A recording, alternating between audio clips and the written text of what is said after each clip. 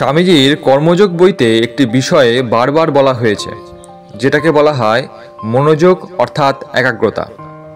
তবে বর্তমান যুগে আমরা দেখে থাকি যে মানুষ কোনো একটি কাজকে খুব মনোযোগ সহকারে করার চেষ্টা করে না।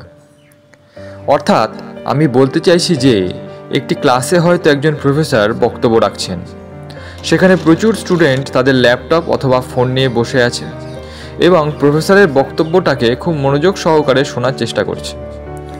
যখনই প্রফেসর এমন কোনো ইম্পর্টেন্ট কথা উল্লেখ করছেন এবং সেটাকে তারা ল্যাপটপে সার্চ করে দেখছে এবং সেই সার্চের সঙ্গে সঙ্গে সে অন্য একটি টপিকের মধ্যেও প্রবেশ করছে, ফলে তাদের প্রফেসরের বক্তব্যের সঙ্গে তাদের মনোযোগের একটি গ্যাপ তৈরি হচ্ছে।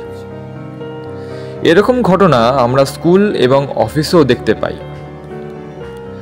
কোনো অফিসে দেখা যাচ্ছে যে কোনো ব্যক্তি কিছুটা কাজ করার পরে ফোন অথবা ল্যাপটপ ঘাঁটছে। স্কুলেও এখন এই ধরনের অভিযোগ আসছে যে বাচ্চারা কখনোই একইবারে অনেকটা মনোযোগ দিতে সক্ষম নয়। এইটিকে বলা হয় ইন্টারমিডিয়েট অ্যাটেনশন, অর্থাৎ মনোযোগটা বারংবার বিচ্ছিন্ন হয়ে যাচ্ছে। কোনো ব্যক্তি হয়তো কোনো বিষয়ে মনোযোগ দিচ্ছেন এবং কিছুক্ষণ মনোযোগকে ধরেও রাখছেন, কিন্তু একটা সময় পরে সেই মনোযোগ বিচ্ছিন্ন হয়ে যাচ্ছে। বিভিন্ন সমীক্ষায় দেখা গেছে এখন স্কুলের বাচ্চারা, মূলত বিদেশের বাচ্চারা, 10 থেকে 15 মিনিটের বেশি কোনো বিষয়ে মনোযোগ স্থাপন করতে পারে না। যেখানে আগে এটি 20 থেকে 25 মিনিট সময়ের ব্যবধানে তাদের মনোযোগ বিচ্ছিন্ন হতো, সেটা এখন 10 থেকে 15 মিনিট ব্যবধানে বিচ্ছিন্ন হচ্ছে। এর কারণ হচ্ছে তারা বাড়িতে যেরকম সব বিষয় আনন্দ করে কাটায়, স্কুলেও চাইছে তাদের পড়ার বিষয়টা সেই রকম আনন্দময় মুহূর্তের মধ্যে কাটুক। এর ফলে তাদের মনোযোগ দেওয়ার ক্ষমতা ভীষণ পরিমাণে কমে যাচ্ছে। স্বামীজির উক্তিতে আমরা জানতে পারি যে একজন সাধারণ ব্যক্তি এবং একজন অসাধারণ ব্যক্তির মধ্যে পার্থক্য হচ্ছে তাদের মনোযোগের গভীরতার জন্য। কি to all knowledge is concentration. Harvard বিশ্ববিদ্যালয়ে যারা গবেষক, তাদের প্রত্যেকেরই একটা বক্তব্য থাকে যে একমাত্র গভীর মনোযোগ যে কোনো কাজে সাফল্য আনতে পারে। যেমন তারা যখনই কোনো রিসার্চমূলক কাজে ব্যস্ত থাকেন, সেই সময় জগতের যে কোনো বিষয় থেকে তাদের কিছুক্ষণের জন্য বিচ্ছিন্ন করে দেন।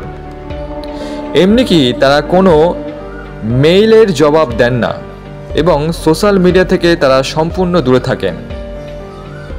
তাদের প্রত্যেকেই একটি বক্তব্য, তীক্ষ্ণ মনোযোগ যে কোনো বিষয় দক্ষতা তৈরি করতে পারে।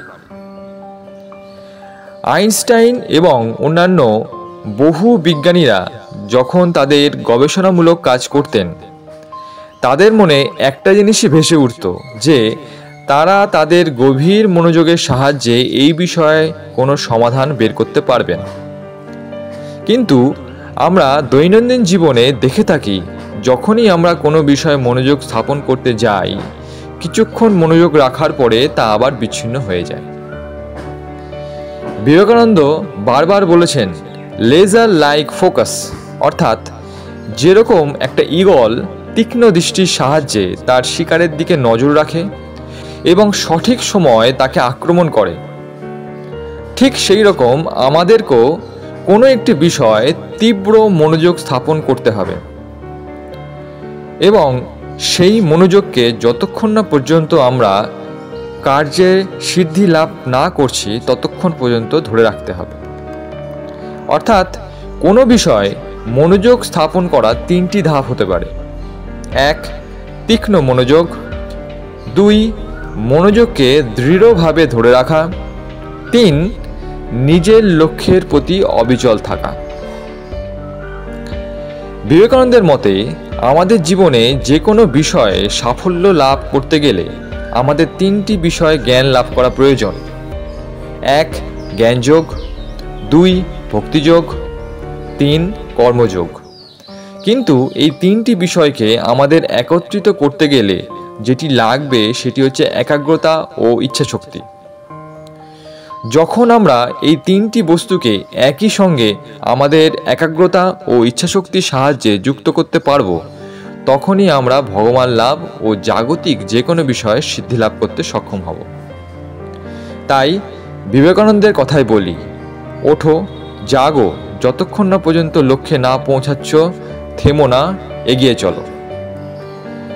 আজকের ভিডিওটি কেমন লাগলো তা অবশ্যই লাইক, শেয়ার এবং কমেন্টের মাধ্যমে জানাবেন। ভালো লাগলে পাশে থাকা বেল আইকনটি প্রেস করবেন, যাতে পরবর্তী ভিডিওগুলো আপনার কাছে সহজেই পৌঁছে যেতে পারে। ধন্যবাদ।